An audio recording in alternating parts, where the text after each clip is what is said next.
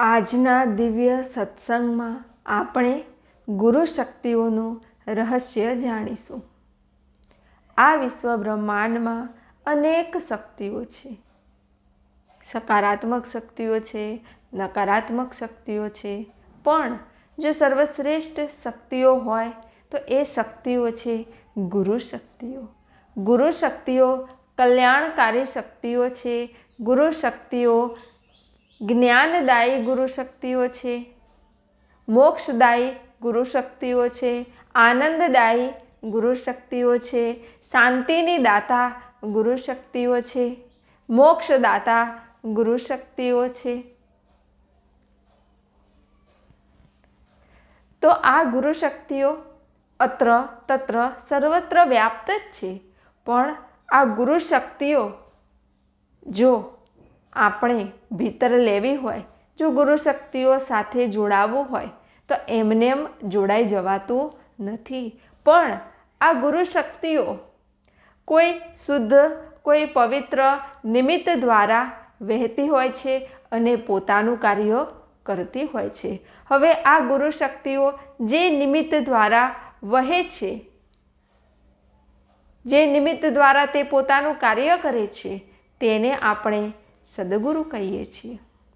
આ ગુરુ શક્તિઓ ભટકેલાને માર્ગ બતાવે છે, ઊંઘતાને જગાડે છે, અધૂરા રહી ગયેલાને પૂર્ણ કરે છે. જે યોગભ્રષ્ટ આત્માઓ છે, જે બીજ ઉચ્ચ કોટીના છે, અદ્ભુત છે, દિવ્ય છે, બધું જ છે તેમની પાસે, પણ ઉપર આવરણ આવી ગયું છે, માટે એ બીજ વૃક્ષ બની શકતા નથી. એ આવરણને દૂર કરવાનું કાર્ય ગુરુ શક્તિઓ કરે છે. જ્યારે તમે સદગુરુ સાથે સમરસતા સ્થાપિત કરી લો છો, ત્યારે તમે આ ગુરુ શક્તિઓ સાથે જોડાઈ જાઓ છો, સમર્પણ થાઓ છો. હવે સમર્પણ કોને કહેવાય? શું સદગુરુ દ્વારે સેવા કરવી એટલે સમર્પણ કર્યું? શું સદગુરુ દ્વારે વસ્તુ લઈ જવી, પદાર્થ લઈ જવા એ સમર્પણ કર્યું કહેવાય? શું સદગુરુ દ્વારે આખું જીવન ધન આપવું એ સમર્પણ કર્યું કહેવાય? શું સદગુરુની જ સેવા કરવી, સદગુરુને જમાડવા, કપડાં ધોવા, સેવા કાર્ય કરવું એ સમર્પણ કર્યું કહેવાય?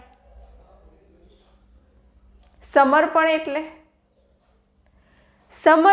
એટલે કે શિષ્યનું પોતાનું કોઈ અસ્તિત્વ જ ન રહે, એ શૂન્ય થઈ જાય અને સદગુરુ જે કક્ષાએ છે એ કક્ષાએ શિષ્ય જ્યારે પહોંચી જાય ત્યારે તે સદગુરુ ચૈતન્ય સાથે જોડાય છે, ગુરુ શક્તિઓ સાથે જોડાય છે.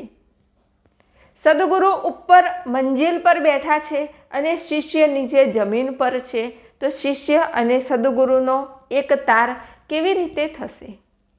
જ્યારે શિષ્ય સત્સંગ દ્વારા, ભજન દ્વારા, ધ્યાન દ્વારા સીડી ચડતો સદગુરુ જે કક્ષાએ છે તે કક્ષાએ પહોંચે છે, ત્યારે સદગુરુ અને શિષ્યનો એક તાર થાય છે, બંનેમાં સમરસતા સ્થાપિત થાય છે. અને જ્યારે ગુરુ શિષ્ય આત્મીય ભાવથી સમરસ થાય, એક થાય, ત્યારે સદગુરુ પાસે જે ખજાનો છે એ શિષ્યને પ્રાપ્ત થાય છે.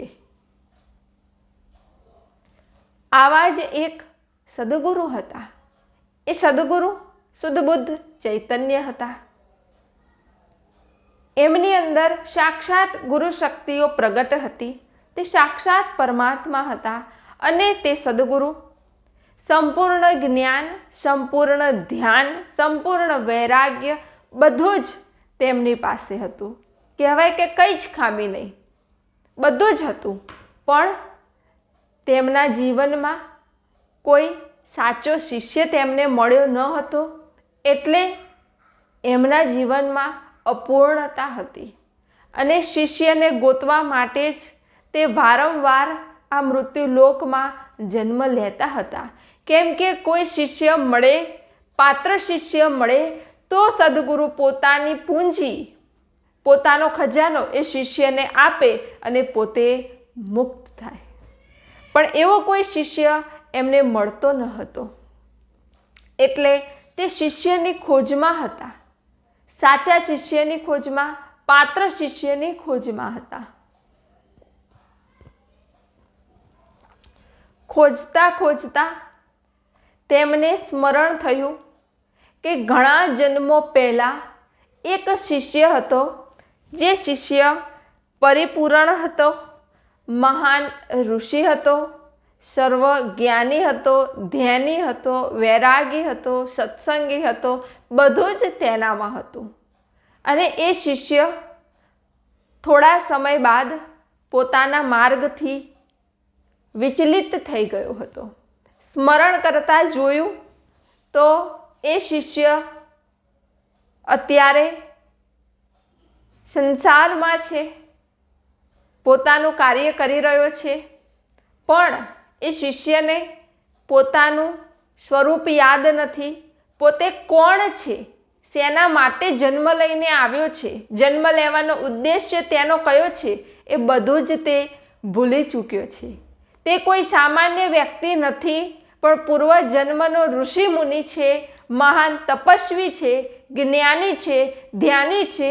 તે એ ભૂલી ગયો છે અને આ સંસારની માયાજાળમાં ફસાઈ ગયો છે. સદગુરુએ જોયું અને સદગુરુની કૃપા એ શિષ્ય પર વરસી અને સદગુરુએ નિર્ણય લીધો કે આ બીજ તો ઉચ્ચ કોટીનું જ છે, બીજ તો અદ્ભુત અને દિવ્ય જ છે, બસ થોડું આવરણ છે, જો એ આવરણ હું હટાવી દઉં તો આ શિષ્ય પાત્ર છે મારું જ્ઞાન લેવા માટે, મારી શક્તિઓ લેવા માટે, મારી ઉર્જા લેવા માટે. આ પાત્ર છે અને એને હું વધુ અર્પણ કરીને હું પૂર્ણ થઈશ, હું પૂર્ણતાને પ્રાપ્ત કરી લઈશ, મારા આત્માને શાંતિ થશે, હું મારું સૂક્ષ્મ શરીર પરમ ચૈતન્યમાં વિલીન કરી દઈશ. ક્યારે આ શિષ્ય પોતાના સ્વરૂપને ઓળખી લે, જાણી લે, અનુભવી લે ત્યારે. હવે સદગુરુએ એ શિષ્ય પર કૃપા દ્રષ્ટિ રાખી અને શિષ્યનું જીવન ચાલુ જ હતું ત્યાં સદગુરુ બ્રહ્મલીન થયા. બ્રહ્મલીન થઈને નવો જન્મ લીધો. નવો જન્મ લીધો તો પણ સદગુરુ હતા, અંતર્યામી હતા, એમને યાદ જ હતું કે આ જન્મમાં મારે કયું કાર્ય કરવાનું છે. એમને ખબર હતી કે મારે આને જગાડવાનો છે, જગાડીને આ જ્ઞાન એને આપવાનું છે. આપવાનું નથી, એ જાગી જશે એટલે બધું જ જ્ઞાન એને મળી જ જશે. હવે સદગુરુ ધીરે ધીરે ધીરે શરીરથી મોટા થાય છે અને શિષ્ય પણ એના સંસારમાં રમી રહ્યો છે, કાર્ય કરી રહ્યો છે, ઘર સંસાર ચલાવી રહ્યો છે. હવે આ સદગુરુને હર હંમેશ શિષ્યનું જ ભજન થતું હતું કે ક્યારે આવરણ હટે, ક્યારે કચરો દૂર થાય, ક્યારે વાદળા હટે અને સૂર્યપ્રકાશ થાય, ક્યારે આ ખાણમાંથી આ હીરો પ્રગટ થાય. સદગુરુ રાત દિવસ એ જ ચિંતનમાં હતા, એ જ ભજનમાં હતા કે કેવી રીતે હું આને જગાડું, કેવી રીતે આને પરાકાષ્ઠાએ પહોંચાડું. સદગુરુ જ્યારે કોઈ શિષ્ય પર દ્રષ્ટિ રાખે છે, કોઈ શિષ્ય પર પોતાનું ચિત્ત રાખે છે, ત્યારે શિષ્યની ઉધર્વ ગતિ નક્કી જ છે, શિષ્યનું કલ્યાણ નક્કી જ છે. અને ત્યારે જ કલ્યાણ થાય છે જ્યારે પ્રગટ સદગુરુ શિષ્યની પ્રગતિ માટે, શિષ્યની ઉધર્વ ગતિ માટે શિષ્ય પર ચિત્ત રાખે. શિષ્યની પાસે એ ગુરુ શક્તિઓ હંમેશા રહેતી જ હોય છે.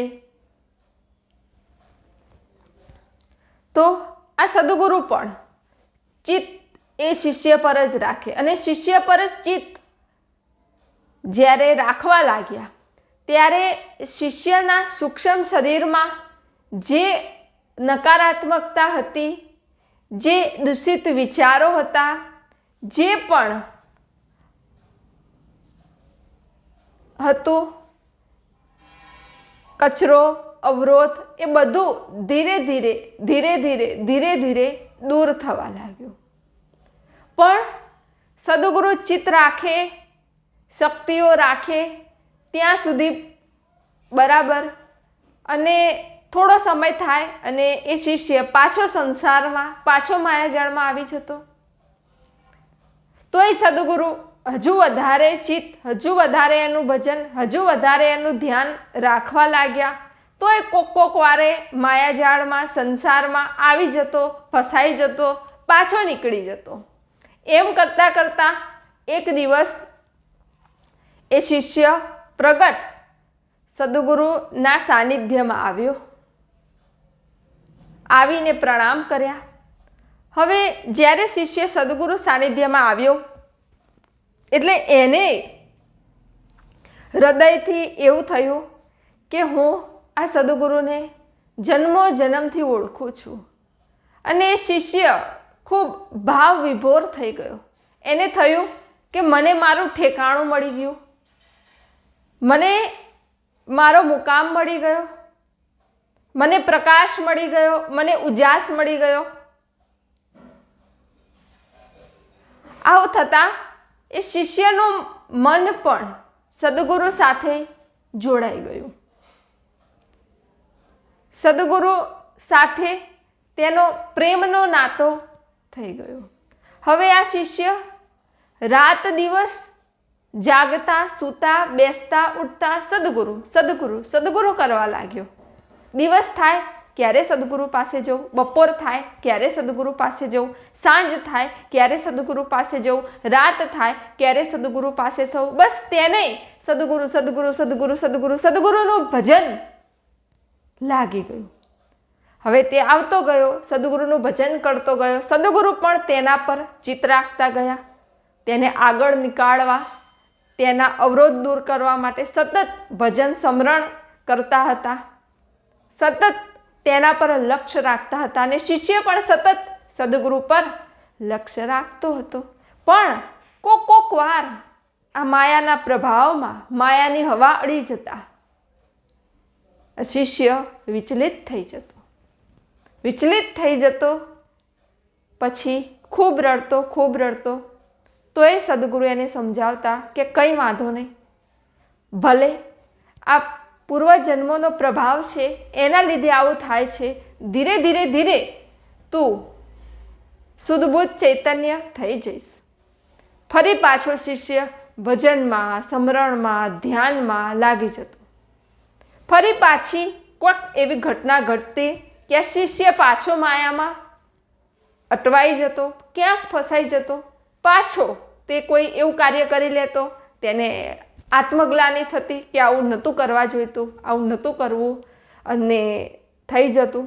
પાછો સદગુરુ પાસે આવતો. સદગુરુ તેને સમજાવતા કે કંઈ નહીં, હવે આગળ ધ્યાન રાખજે, એમ કંઈ સમજાવતા. શિષ્ય પણ પુરુષાર્થ કરતો, સદગુરુ પણ પુરુષાર્થ કરતા હતા. આ વિશ્વ બ્રહ્માંડમાં એક સદગુરુ છે, એ ગુરુ શક્તિઓ જ છે જે આપણા ઉદ્ધાર માટે પુરુષાર્થ કરે છે, જે આપણા ઉદ્ધાર માટે ભજન સ્મરણ કરે છે, જે આપણા ઉદ્ધાર માટે તપશ્ચર્યા કરે છે, જે આપણા ઉદ્ધાર માટે રાત દિવસ જાગે છે, સતત આપણી પાસે સાથે રહે છે, તે ગુરુ શક્તિઓ છે. આ ગુરુ શક્તિઓ જ આ શિષ્યને જગાડવા માગતી હતી અને શિષ્ય પણ જાગવા માટે તત્પર જ હતો. હવે આ શિષ્ય સંસારમાં પોતાનું જીવન જીવતો, સદગુરુ પોતાના આશ્રમમાં પોતાનું જીવન જીવતા હતા. જ્યારે શિષ્ય સદગુરુ પાસે આવતો એટલે સદગુરુ એને સત્સંગ સંભળાવતા અને કહેતા હતા કે જો ગુરુ સાથે ફક્ત મનથી જોડાવાનું નથી, બુદ્ધિથી જોડાવાનું નથી, સમગ્રતાથી જોડાવાનું છે, ચિત્તથી જોડાવાનું છે. ચિત્ત એ આત્માની આંખ છે. જ્યારે ચિત્ત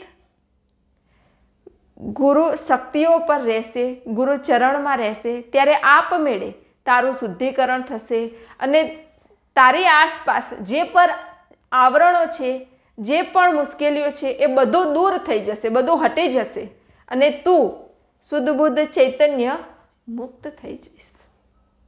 આ શિષ્ય ભજન કરવા લાગ્યો, સ્મરણ કરવા લાગ્યો. ધીરે ધીરે તેનું ચિત્ત શુદ્ધ થવા લાગ્યું, પવિત્ર થવા લાગ્યું, દિવ્ય થવા લાગ્યું.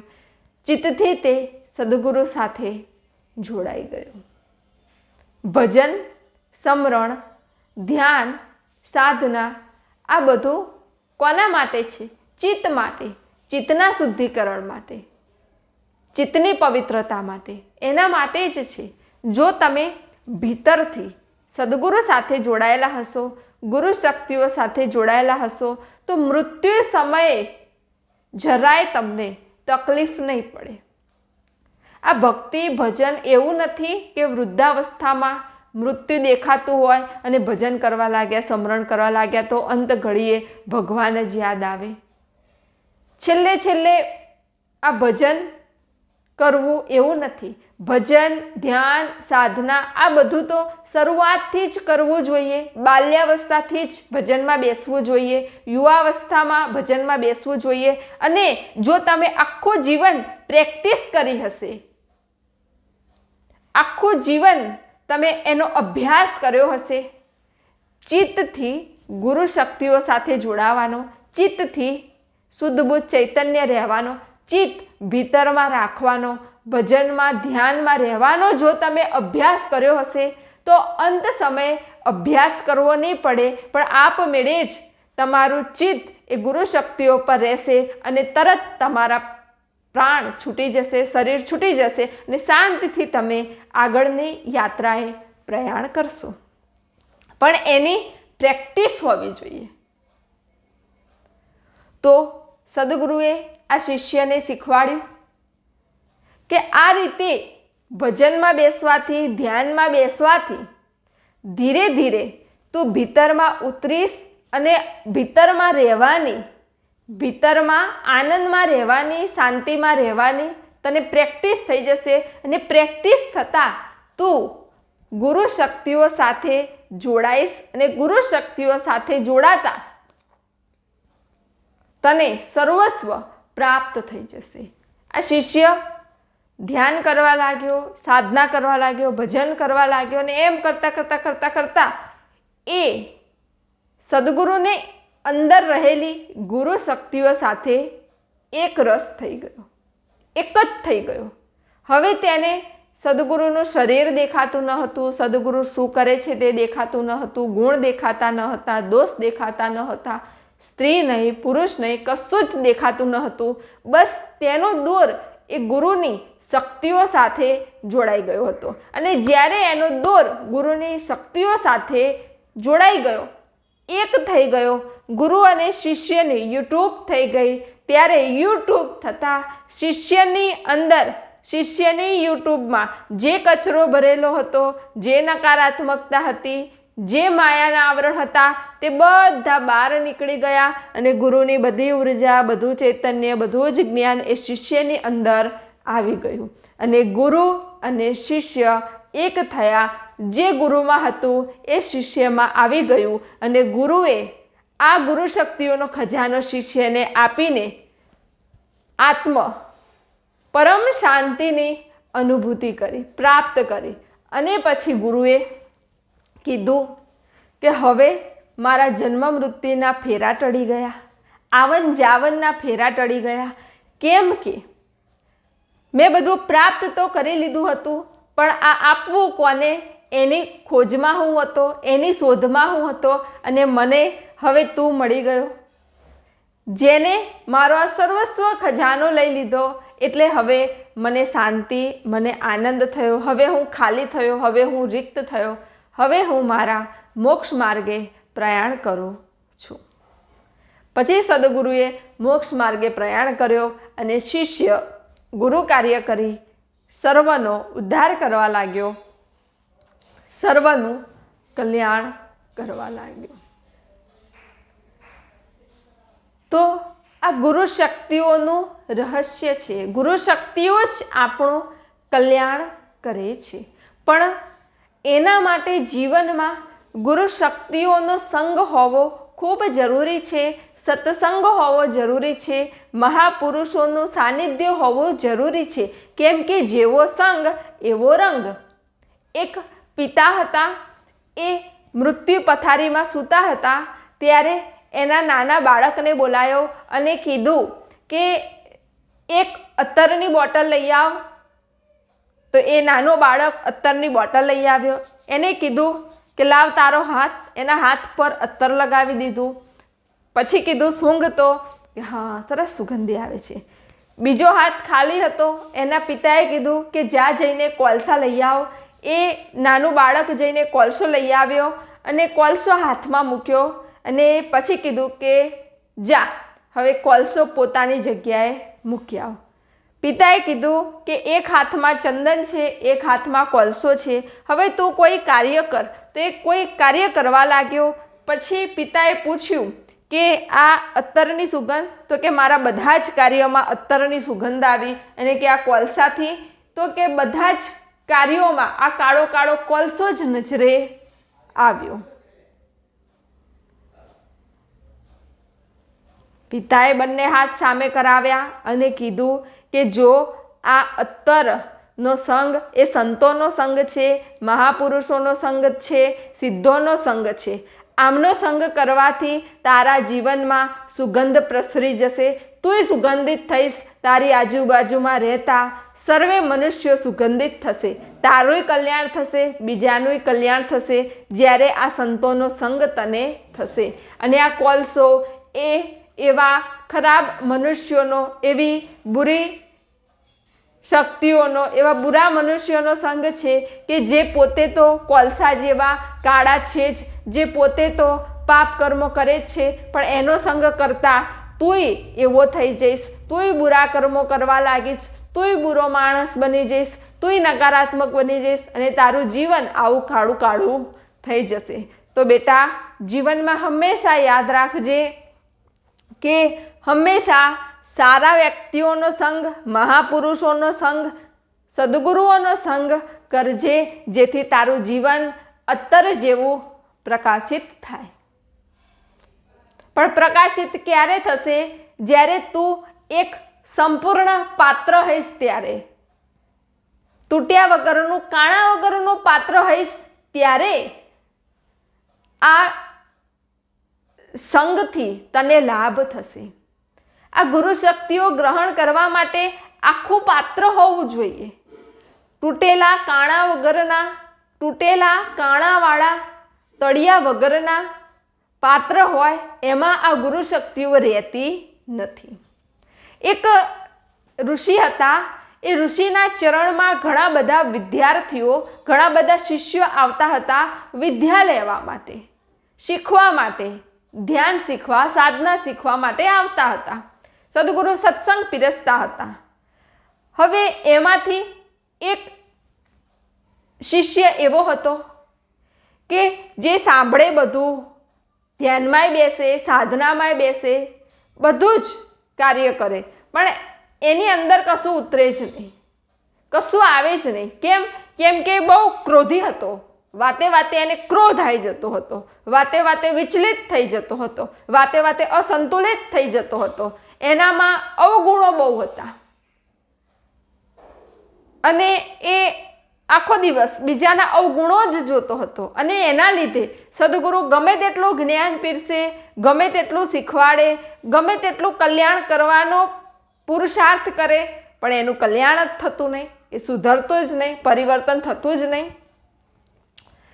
એટલે એક દિવસ આ શિષ્યના મનમાં જ થયું કે કેમ બધાને આવડી જાય છે, બધા જ્ઞાની થઈ જાય છે, બધા ધ્યાની થઈ જાય છે, બધા આગળ નીકળી જાય છે, ને કેમ હું જ રહી જાઉં છું?